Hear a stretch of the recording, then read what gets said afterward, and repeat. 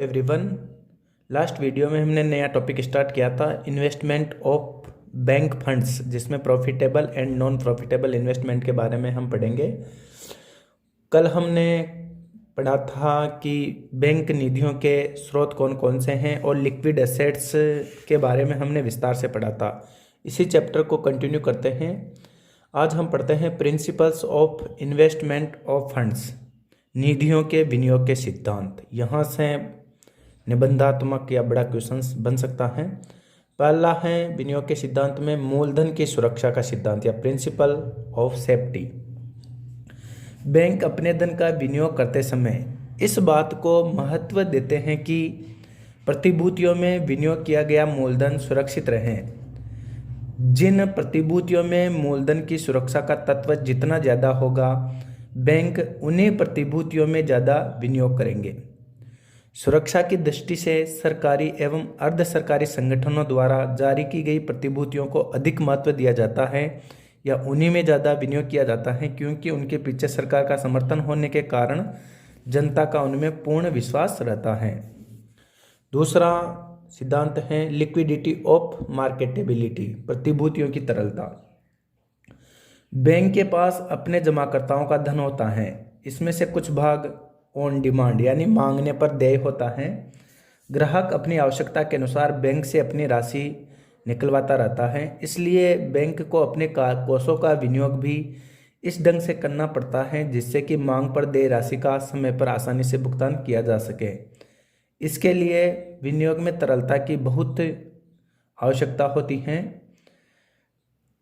Bank को निधियों का यानी बैंक के जो कोष हैं उनको प्रतिभूतियों में विनियोग करते समय इस बात का ध्यान रखना चाहिए कि क्या उन प्रतिभूतियों को आवश्यकता पड़ने पर आसानी से बेचा जा सकता है, यानी उसको नकद में बदला जा सकता है शीघ्र।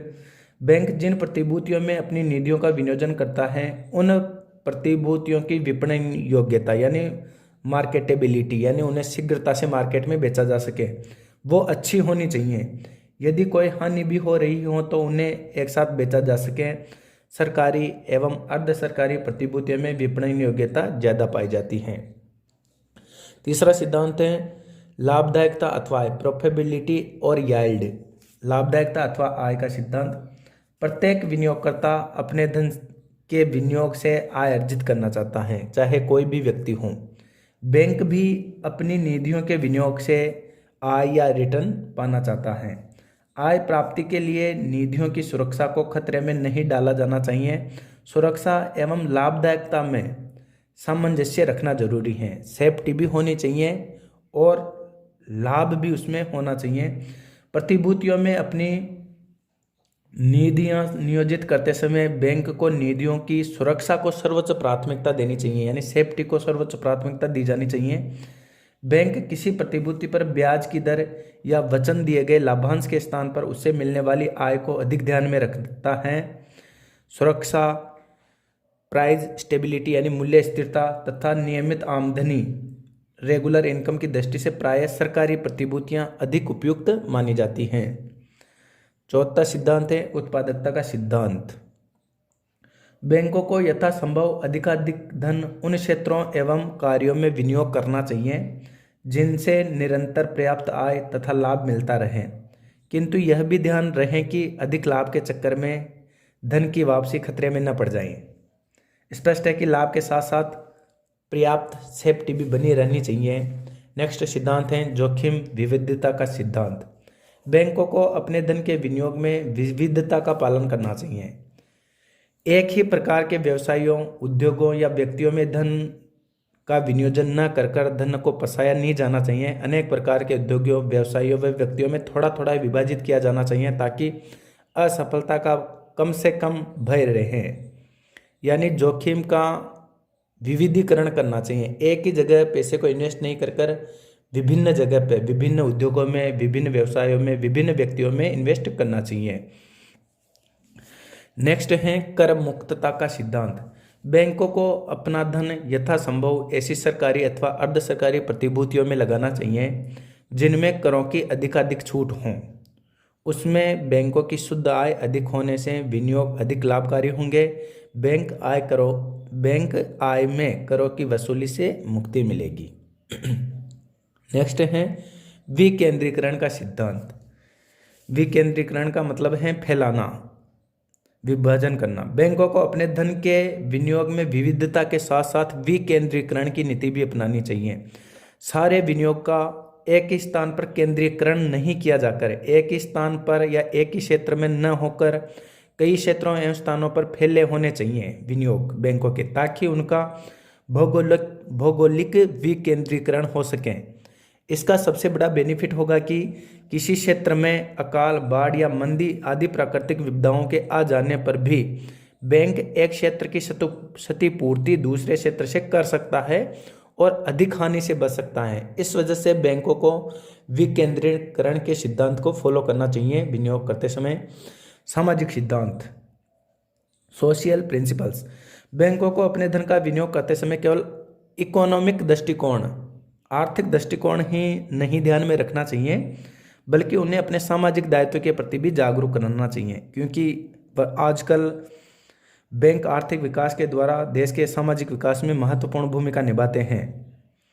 भारत में आजकल बैंक देश के प्राथमिक क्षेत्रों एवं समाज के आर्थिक दृष्टि से कमजोर वर्गों को ऋण एवं वित्तीय सहायता द्वारा उनके आर्थिक एवं सामाजिक उत्थान में महत्वपूर्ण भूमिका निभा रहे हैं। यानी जो ऋण दिया जाता है उनका कम से कम 40% ऋण जो प्राइमरी क्षेत्र हैं पिछड़े, उनको दिया जाना चाहिए और उनमें से भी लगभग 18% के आसपास ओनली एग्रीकल्चर को दिया जाना चाहिए। तो ये एक सामाजिक उत्थान में बैंक बहुत बड़ी भूमिका निभा रहे हैं कि कम से कम 40% ऋण, कुल ऋण का 40% ऋण प्राइमरी क्षेत्र जो प्राथमिक क्षेत्र हैं उनमें दिया जा रहा है। और अन्य सिद्धांत में जैसे अल्पकालीन ऋणों को वरीयता दी जानी चाहिए, जमानत की प्रकृति, ये सब इसके अंतर्गत आते हैं। तो निधियों के विनियोग के सिद्धांत, यानी जो बैंक के फंड्स हैं उनको विनियोग करते समय बैंकों को किन किन सिद्धांतों का पालन करना चाहिए या किन किन सिद्धांतों को ध्यान में रखते हुए अपना कोषों का विनियोग करना चाहिए, यहाँ से बड़ा क्वेश्चन बन सकता है। अब बात करते हैं लाभकारी एवं अलाभकारी विनियोग। बैंकों के कौन से लाभकारी विनियोग हैं और कौन से विनियोग बैंकों के अलाभदायक विनियोग हैं। सबसे पहले बात करें लाभकारी विनियोग। लाभकारी विनियोग वे विनियोग हैं जिनसे बैंकर को लाभ होता है, यानी बैंक को प्रॉफिट प्राप्त होता है। जमाओं पर दिए जाने वाले ब्याज, यानी जमाओं पर दिए जाने वाले ब्याज एवं ऋणों पर वसूले ब्याज के अंतर से बैंक लाभार्जन करता है, लाभ प्राप्त करता है। बैंकों की आय का बड़ा भाग ऋणों पर ब्याज से प्राप्त होता है। जो इंटरेस्ट के रूप में बैंक को प्राप्त होता है वह बैंक की मुख्य इनकम मानी जाती है, क्योंकि बैंक ऋण देते हैं और ऋणों पर उनको ब्याज प्राप्त होता है। वही यदि नॉन प्रॉफिटेबल इन्वेस्टमेंट यानी अलाभदायक विनियोग की बात करें तो वह विनियोग जो किसी बैंक को वैधानिक प्रावधान की पूर्ति या सामाजिक हितों की पूर्ति हेतु करने पड़ते हैं। ऐसे विनियोग से बैंक को कोई प्रॉफिट नहीं होता, लेकिन लीगल प्रोविजंस की पूर्ति हेतु या सामाजिक हितों की पूर्ति हेतु बैंकों को इन्वेस्ट करना पड़ता है। वे अलाभदायक यानी नॉन प्रॉफिटेबल इन्वेस्टमेंट कहलाते हैं। जैसे इनके अंतर्गत CRR और SLR आदि शामिल हैं, क्योंकि CRR पर और SLR पर RBI बैंकों को कोई इंटरेस्ट नहीं देता, लेकिन फिर भी लीगल प्रोविजंस के कारण, लीगल प्रोविजंस हैं कि CRR बैंकों को RBI के पास जमा कराना पड़ता है, SLR बैंकों को अपने पास तरल रूप में रखना पड़ता है। तो ये अलाभदायक विनियोग की श्रेणी में आते हैं।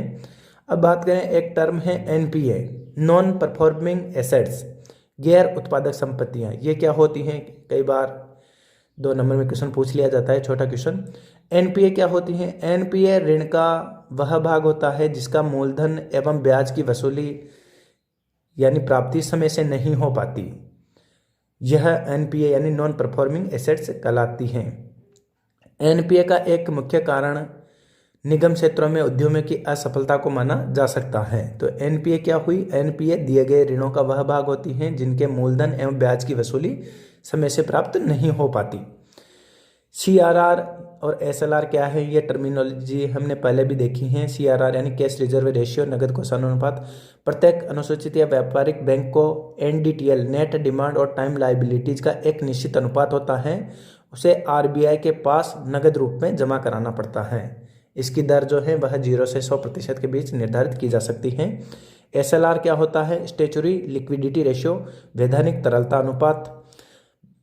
प्रत्येक व्यापारिक या वाणिज्यिक बैंक को NDTL का एक निश्चित भाग अपने पास तरल रूप में रखना होता है, यानी गोल्ड या सिक्योरिटी के रूप में अपने पास लिक्विडिटी फॉर्मेट में उसको बैंक को ये NDTL का एक निश्चित भाग होता है जो अपने पास प्रत्येक व्यापारिक या वाणिज्यिक बैंक को रखना पड़ता है, स्वयं के पास इसको RBI में जमा कराना नहीं पड़ता। ये SLR कहलाता है। यहाँ ये अपना चैप्टर खत्म होता है। धन्यवाद।